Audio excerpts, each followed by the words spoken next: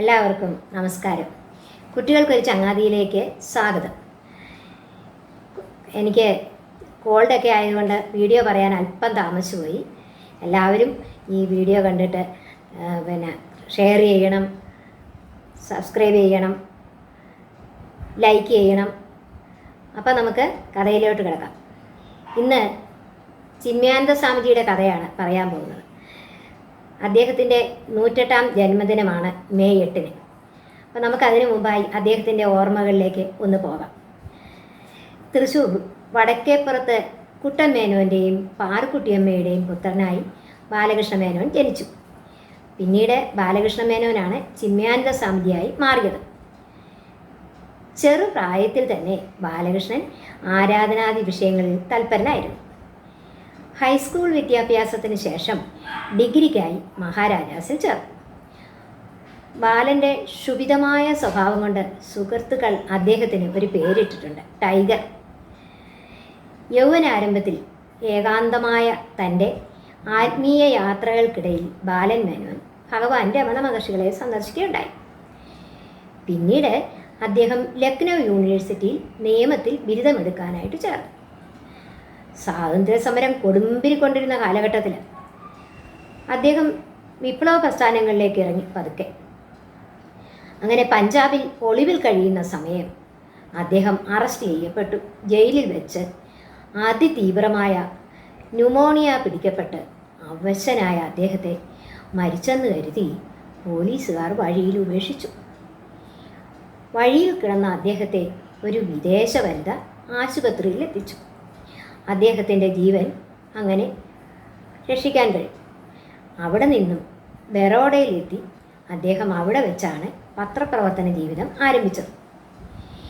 ഇന്ത്യയിലെ പ്രസിദ്ധമായ പത്രങ്ങളിൽ മിസ്റ്റർ റാം എന്ന തൂലികാനാമത്തിലാണ് അദ്ദേഹം ലേഖനങ്ങൾ എഴുതി തുടങ്ങിയത്. അവിടെ നിന്നും ജവഹർലാൽ നെഹ്റു സ്ഥാപിച്ച നാഷണൽ ഹെറാൾഡ് പത്രാധിപരായി ജോലി ഏറ്റെടുത്തു. ഈ കാലഘട്ടത്തിൽ ആഴത്തിലുള്ള വായനയിലൂടെ ആധ്യാത്മികതയെ അടുത്തറിയാൻ ശ്രമിച്ചു.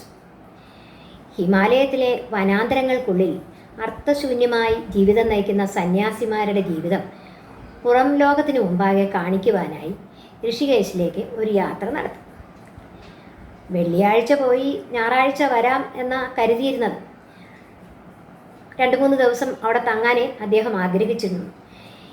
എന്നാൽ യാത്ര തിരിച്ചുവരവുകൾ ഇല്ലാത്ത യാത്രയായിത്തീർന്നു. ഋഷികേശിൽ വെച്ച് സ്വാമി ശിവാനന്ദ സരസ്വതിയെ അദ്ദേഹത്തിന് കാണാൻ സാധിച്ചു. സന്യാസിമാരെക്കുറിച്ചുള്ള അദ്ദേഹത്തിൻ്റെ തെറ്റിദ്ധാരണ പതിയെ മാറാൻ തുടങ്ങി ഈ ശിവാനന്ദ സരസ്വതിയുമായിട്ടുള്ള കൂടിക്കാഴ്ചയ്ക്ക് ശേഷം. അധികം വൈകാതെ വേദാന്ത സാഗരത്തിലേക്ക് ബാലകൃഷ്ണ മേനോനെ ശിവാനന്ദ സ്വാമികൾ കൈപിടിച്ചു കൊണ്ടുപോയി. കുറച്ചു ദിവസത്തെ ആശ്രമ ജീവിതത്തിന് ശേഷം ബാലകൃഷ്ണൻ വീണ്ടും ഡൽഹിയിലേക്ക് മടങ്ങി. ഈ സമയം ബാലകൃഷ്ണ മേനോൻ്റെ സുഹൃത്ത് മരണപ്പെട്ടു. സുഹൃത്തിൻ്റെ പിതാവ് മകൻ്റെ ചിതാഭസ്മം നിബന്ധനം ചെയ്യാൻ ബാലകൃഷ്ണനെ ഏൽപ്പിച്ചു. അങ്ങനെ ഋഷികേശിലേക്ക് പോവുകയല്ലേ, ഇതും കൂടി നീ നടത്തി വരണം എന്ന് പറഞ്ഞു. ഋഷികേശിലേക്ക് പോകുമ്പോൾ താനും സുഹൃത്തുമായി നടത്തിയ ട്രെയിൻ യാത്രകൾ അദ്ദേഹത്തിൻ്റെ മനസ്സിൽ ഓടിയെത്തി. ആ ചിന്തകൾ അദ്ദേഹത്തെ വല്ലാതെ വീർപ്പുമുട്ടിച്ചു. അദ്ദേഹത്തിൻ്റെ ആത്മാന്വേഷണത്തിന് അത് ആഴകൂട്ടുകയാണ് ചെയ്തത്. പിന്നീട് അദ്ദേഹം ചിദാനന്ദ സ്വാമികൾക്കൊപ്പം ചാർധാം ദർശനം നടത്തി. ഈ സമയത്ത് തന്നെ ബാലകൃഷ്ണൻ ഹിമവൽ വിഭൂതിയായ സ്വാമി തപോവന സ്വാമികളെ ദർശിച്ചു. അടുത്ത വർഷം ശിവരാത്രിയിൽ അദ്ദേഹം സന്യാസം സ്വീകരിക്കുകയും ചെയ്തു. തപോവന സ്വാമികളെ പരിചരിച്ചുകൊണ്ട് അദ്ദേഹം വേദാന്ത ശാസ്ത്രം അഭ്യസിച്ചു. ഭാരതം സ്വാതന്ത്ര്യം നേടിയ കാലത്ത് ഇന്ത്യൻ യുവത്വത്തിൻ്റെ നഷ്ടപ്പെട്ട ദിശാബോധം വീണ്ടെടുക്കാൻ അദ്ദേഹം തീരുമാനിച്ചു. അങ്ങനെ ഭഗവത്ഗീതയിൽ ഒളിഞ്ഞു കിടന്നിരുന്ന മഹാസന്ദേശങ്ങൾ ജനസമക്ഷം എത്തിക്കാൻ അദ്ദേഹം തീരുമാനിച്ചു. ഇന്ത്യ മുഴുവൻ അദ്ദേഹം ഗീതായജ്ഞങ്ങൾ സംഘടിപ്പിച്ചു. തകർന്നു കിടന്ന അനവധി ക്ഷേത്രങ്ങൾ പുനർജീവിപ്പിച്ചു.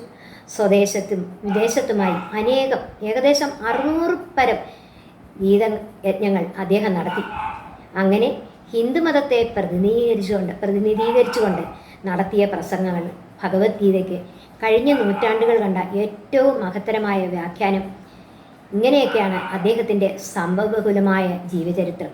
ധാരാളമുണ്ട്, സമയക്കുറവ് കൊണ്ട് ഞാൻ കുറച്ച് പറയുന്നു. ഏതായാലും ഭഗവത്ഗീത ജനമനസ്സുകളിൽ സാധാരണക്കാർക്ക് പോലും മനസ്സിലാകുന്ന ലളിതമായ ഭാഷയിൽ എത്തിച്ചതിൽ പ്രധാന പങ്ക് വഹിച്ചത് സ്വാമികളായിരുന്നു. ഗംഗാപ്രവാഹം പോലെ ജനസഹസ്രങ്ങൾക്ക് നടുവിൽ ഗീതാവിജ്ഞാനം ഭൂമിയിലേക്ക് ഇറക്കിയ അഭിനവ ഭഗീരഥൻ എന്ന് പറയാം. സ്വാമിജിയാണ് ഗീതയ്ക്ക് ഇത്ര പ്രചാരം നേടാൻ കഴിഞ്ഞത്, ജനങ്ങളിൽ ഇത്ര വളരെ ഗീതയ്ക്ക് പ്രാധാന്യം വന്നത്. നിങ്ങളൊക്കെ കേട്ടിട്ടുണ്ടാകും, അദ്ദേഹം പല സ്കൂളുകൾ, പല ആശുപത്രികൾ ഒക്കെ നിർമ്മിച്ചിട്ടുണ്ട്. ചിന്മയ മിഷൻ സ്കൂളുകൾ, ചിന്മയ മിഷൻ്റെ പ്രഭാഷണം നടത്തുന്ന സ്ഥലങ്ങൾ ഒക്കെ അദ്ദേഹം, ആശ്രമങ്ങൾ ഒക്കെ അദ്ദേഹം സ്ഥാപിച്ചിട്ടുണ്ട്.